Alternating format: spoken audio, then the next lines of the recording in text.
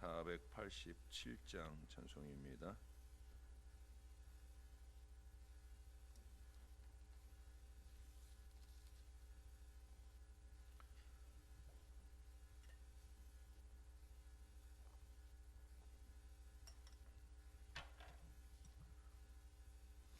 어둠 후에 빛이 오며 바람 분 후에 잔잔하고 소나기 후에 햇빛 나며 수고한 후에 쉼이 있네. 연약함 후에 강건하며 애통한 후에 위로받고 눈물 난 후에 웃음 있고 씨 뿌린 후에 주수하네. 괴로움 후에 평안 있고 슬퍼한 후에 기쁨 있고 멀어진 후에 가까우며 고독함 후에 친구 있네. 고생한 후에 기쁨 있고 십자가 후에 영광 있고 죽음 온 후에 영생하니 이러한 도가 진리로다.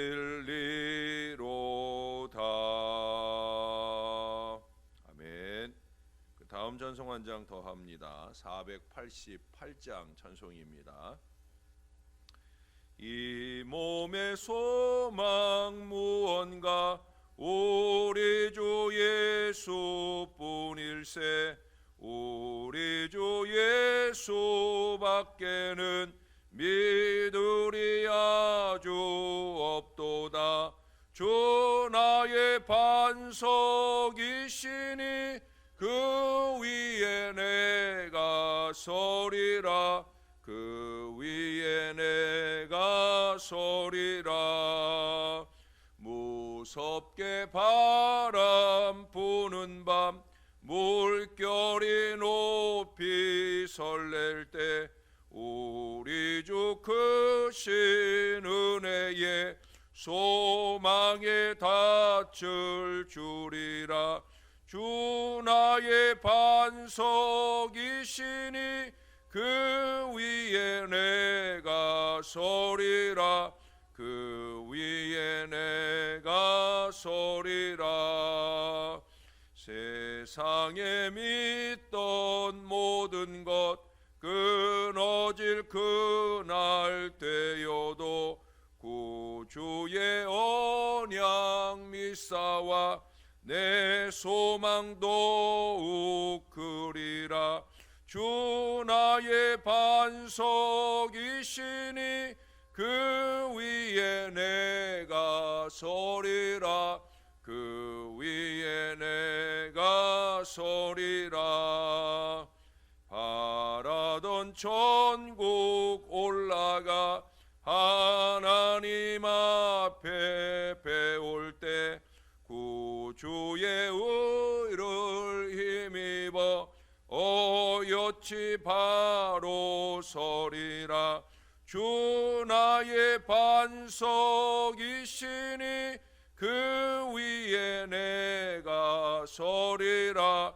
그 위에 내가 서리라. 주 나의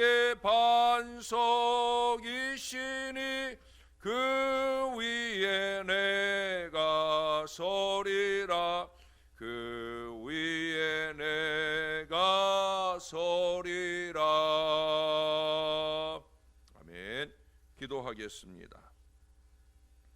좋으신 아버지, 오늘도 반석이 되시는 우리 주님 만나러 이 어려운 걸음을 무릅쓰고 주님 앞에 왔습니다. 새해 들어 가장 날씨가 추운 이 겨울 아침을 맞이하고 또 지난밤에 내린 눈으로 인해 많이 미끄러운데도 불구하고 여기 주님을 사랑하고 사명을 사랑하는 주의 자녀들이 새벽을 깨웠습니다. 오는 걸음도 지켜주셨사오니 가는 걸음도 꼭 지켜주시고 우리가 주께로 향한 이 믿음의 기도로 깨어 반드시 내 가정도 교회도 나라와 민족도 지키는 기도의 용사, 새벽의 용사들이 다 되도록 은혜를 베풀어 주옵소서. 감사합니다.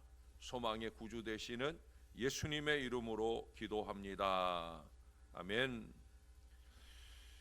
오늘은 예레미야 46장 마지막 두 구절을 보겠습니다. 27절, 28절입니다. 오늘 두 구절밖에 안 되기 때문에 오늘은 오래간만에 한번 교독을 하겠습니다.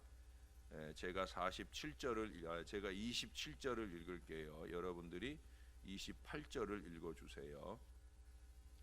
내 종 야곱아 두려워하지 말라.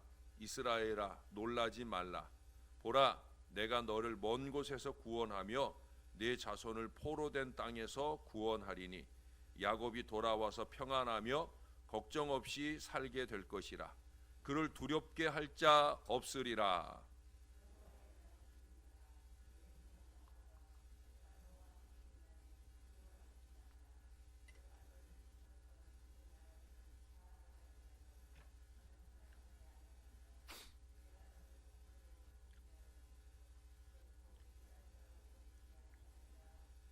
아멘.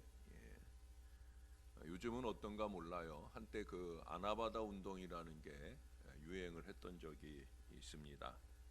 아껴 쓰고 나눠 쓰고 바꿔 쓰고 다시 쓰자 하는 말이에요. 이게 사실 상당히 오래된 운동입니다. 저는 이미 30년 전에 빛과 소금이라는 책에서 이 단어를 접했던 기억이 납니다. 그때는 그냥 지나쳤는데 그로부터 한 10년 지나고 IMF를 거치면서 더욱 절실하게 실천되어졌던 운동이 바로 아나바다 운동입니다. 그러나 사실 이런 생활 풍습은 우리에겐 조상적부터 익숙했던 일입니다. 우리 문화가 본래 다목적, 다용도, 다회용이었지 결코 일회용 문화가 아니었었다는 거예요. 우리 여자분들 치마 같은 경우 요즘 있는 치마 말고요. 옛날에 이제 한복 치마, 이 한복 치마 같은 경우에 그저 아래에 둘러 입는 옷이기만 하지 않았었다는 거예요. 손주들 코 닦아주는 수건이 되기도 하고 또 바닥에 깔고 아이 재우는 요가 되기도 하고 또 이게 워낙 넓다 보니까 아이 배 덮어주는 이불로 쓰이기도 하고요. 또 고추 같은 걸 딸 때면은 그것을 담는 보자기가 되기도 하고 또 여름철에는 계곡 상류에서 여자가 목욕할 때 남자들 오지 말라고 길가 소나무에 걸어 놓아서 금남의 표시로 쓰이기도 했다는 거예요. 금남의 표시인데 오히려 구경하려고 더 꼬여드는 표시가 되어 버리기도 했었다라고 합니다. 그야말로 하나 가지고 열을 쓰는 것이 우리 조상들의 물건 다루는 행동의 기본이었다는 거예요. 그러므로 사람에게 있어서 우리가 못 쓸 사람이네, 못 쓴다 하는 그런 말은 가장 나쁜 말이에요. 도둑놈이니 죽일 놈이니 그런 것은 재활용의 여지가 있지만 몹쓸 놈, 몹쓸 사람이라고 하는 말은 사람 자체를 죽이는 그런 말이죠. 다시 사용이 불가하다는 거예요. 사람이고 물건이고 이처럼 무용지물이 되는 것이 제일 큰 비극입니다. 여러분, 하나님께서는 언제나 다시 쓸만한 존재가 될 여지를 남겨두시는 소망의 하나님이시다라고 하는 거예요. 아무리 극심한 죄악으로 철저히 징계받을 수 없는 그런 상황을 자초했어도 여기 28절 하반절에 보면 아주 사라지지 아니하리라, 아주 사라지지 아니하리라고 하셨듯이 회생 가능성을 항상 예비해 두신다라고 하는 거예요. 오늘 본문, 어제는 우리가 26절을 본문으로 봤는데 오늘은 겨우 두 구절이에요. 근데 이 두 절의 짧은 말씀 속에서 한결같은 사랑과 긍휼이 풍성하신 우리 하나님을 다시 한번 느낄 수가 있어서 참 감사한 마음이 듭니다. 또한 큰 희망의 보장의 말씀이기도 합니다. 우리가 새해가 되면은 항상 소망의 새해라는 표현을 쓰는데 저와 여러분에게 있어서는 새해가 됐기 때문에 소망이 아니에요. 하나님이 우리 하나님이시기에 언제나 우리에게는 이 소망이 보장되어 있는 줄로 믿습니다. 그렇잖아요, 여러분. 오늘 죄로 인한 징계 상황에 이른 이스라엘이에요. 그것도 조국이 죄로 인해 다 멸망했는데 여전히 정신을 차리지 못하고 죄에 죄를 더하는 사람들이에요. 다른 나라에까지 피해를 입히는 그런 상황에 이르렀는데도 불구하고 오늘 하나님은 아주 멸하시지 않겠다. 27절의 말씀처럼 먼 곳에서 포로된 땅에서 구원하셔서 평안히 걱정 없이 살게 하시는 하나님이신데, 하물며 신실함으로 하나님을 바라보며 사는 사람들에게는 이렇게 날씨도 춥고 눈도 많이 왔었는데 길도 미끄러운데 그런데도 불구하고 이렇게 하나님 앞에 나아오는 저와 여러분에게는 얼마나 더 은혜와 회복을 베푸시겠느냐 생각할 때 한없이 기대가 되는 말씀이 아닐 수 없다는 거예요. 여러분, 우리는 하나님께서 우리가 신앙적일 때만 우리와 함께 하시는 줄 압니다. 이미 제가 임마누엘을 우리가 어려울 때만 부르고 생각하는 이름이 아니다 하는 얘기를 했었어요. 오늘 본문에 보세요. 28절 전반부에 보면 죄와 그 죄로 인한 징계 중에 있는 이들 패역한 이스라엘 족속과도 하나님께서는 여전히 함께 하신다. 즉 임마누엘을 약속하고 계셔요. 그래서 27절 28절에 반복해서 하는 말이 뭐예요? 놀라지 말고 두려워하지 말아라 하는 말씀을 반복해 하셔요. 왜? 내가 함께 하는데 뭘 걱정이냐. 여러분 잊지 마셔요. 하나님이 함께 하셔요. 참 어렵고 힘든 때를 지나지만 하나님이 함께 하셔요. 제2차 세계대전 중에 무려 600만의 유대인들이 히틀러의 손에 비참하게 죽어갔어요. 600만이라고 하면 지금 서울 인구의 절반까지는 안 돼도 거의 절반 가까운 상당히 많은 숫자입니다. 지난 1년 동안 우리가 코로나19로 고통을 받았는데 그 1년 동안 코로나19 환자가 아직 7만을 안 됐죠. 요즘 이제 갑자기 많아져서 그렇지. 그렇게 1년 동안의 고통 중에도 이제 7만, 8만 이러는데 600만이면 엄청난 거예요. 그런데 여러분, 이 유대 민족은 더 이상 재기불능으로 보였던 그때, 그러나 그들은 그 2차 대전이 끝나고 나서 오히려 2500년 만에 나라를 다시 세워요. 그러니까 600만이 멸절당하는 그 어려운 때를 지나면서 오히려 전화위복의 대역사를 만나게 된다는 거예요. 그리고 오늘에 와서 이스라엘은 옛 땅을 도로 찾고 세계 열강과 어깨를 나란히 하는 그런 위치에까지 이르게 됩니다. 여러분, 그 비결이 어디에 있겠습니까? 바로 오늘도 말씀해 주신 이 임마누엘의 소망 때문이라는 거예요. 오래전에 300만의 인구로 3억 아랍인과 중동 전쟁을 시작할 때, 그때 그 전쟁을 이끌었던 사람이 애꾸는 다얀이라고 하는 장군입니다. 이 다얀 장군이 이 전쟁이 시작되었을 때 단시간에 승리를 장담을 했어요. 그러면서 그가 그 이유는 우리가 가진 신무기 때문이다 라는 얘기를 합니다. 근데 사실은 그 신무기가 뭔지 얘기를 듣고 나면 그 신무기는 구무기인 걸 알게 됩니다. 그 구무기가 도대체 뭐냐? 바로 오늘 말씀이 보여주는 이 임마누엘의 신앙이에요. 하나님이 우리와 함께 하시기 때문에 우리는 300만을 가지고 6억이었던 것 같은데 6억의 인구를 대항해서 싸우게 되더라도 우리는 금방 이길 거다. 이 말을 했다는 거예요.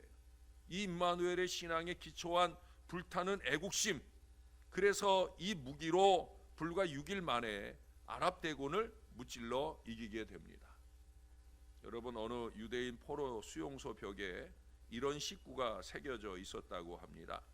나는 믿노라, 해가 비치지 않더라도 해가 있다는 것을. 나는 믿노라, 사랑을 느낄 수 없을 때라도 사랑이 있다는 것을. 나는 믿노라, 하나님께서 침묵하실지라도 여전히 침묵 뒤에 그분이 계시다는 것을. 그들은 그 수용소 안에서 죽어가면서도 자신들의 소망스러운 후손들을 위해서 이 믿음을 견고히 지켰고, 결국 침묵의 하나님께서 역사하실 때 놀라운 회복과 평안의 자리로, 영광의 자리로 이르게 되었었다는 거예요. 사랑하는 여러분, 죄로 인한 징계 중에서도 하나님의 회복의 보장을 받고 있는 오늘의 말씀이 이 코로나19로 고통받는 우리 모두에게 위로가 될 줄로 믿습니다. 이 세상을 살아가면서 절망을 뛰어넘어서 환경을 극복하고 살 수 있는 유일한 힘은 뭐냐? 바로 소망입니다. 저와 여러분이 믿는 우리 하나님께로 향한 소망, 바로 그거예요. 두려워 말고 놀라지 말라고 우리 마음속에 격려해 주시는 우리 하나님을 믿으시는 여러분들 되시기를 바랍니다. 우리를 평안히 걱정 없이 인도하실 그 놀라운 회복의 자리에 속히 이르게 될 것입니다. 아까도 말씀드린 것처럼 새해에 다른 무엇보다 하나님만이 나의 소망이시라, 하나님만이 나의 소망이시라. 우리 함께 한번 고백해 보십시다. 하나님만이 나의 소망이시라. 예, 이 굳건한 반석 위에 우뚝 서시는 하나님의 백성이 되시기를.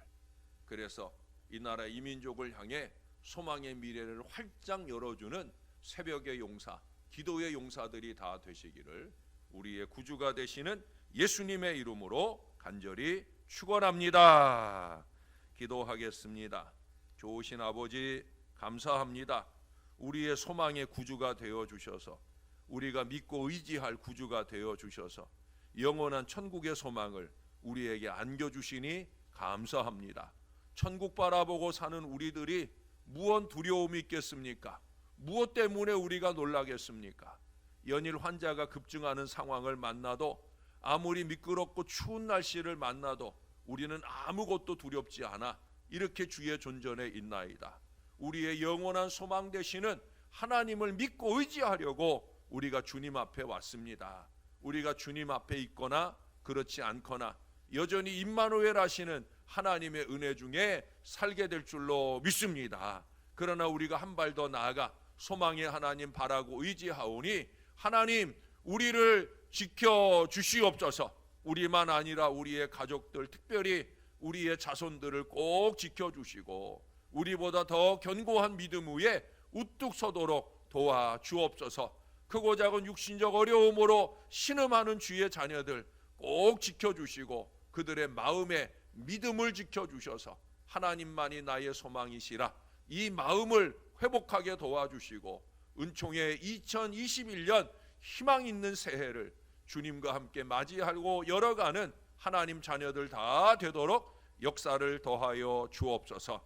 다시 한번 기도하오니 눈길에 돌아가는 우리 백성들의 발걸음 안전하게 지켜 인도해 주시옵소서. 주님, 오늘도 주님의 품 안에서 하루를 시작하게 해주시니 감사합니다. 우리의 영원한 소망 되시는 우리의 구주 예수님의 이름으로 기도합니다. 아멘.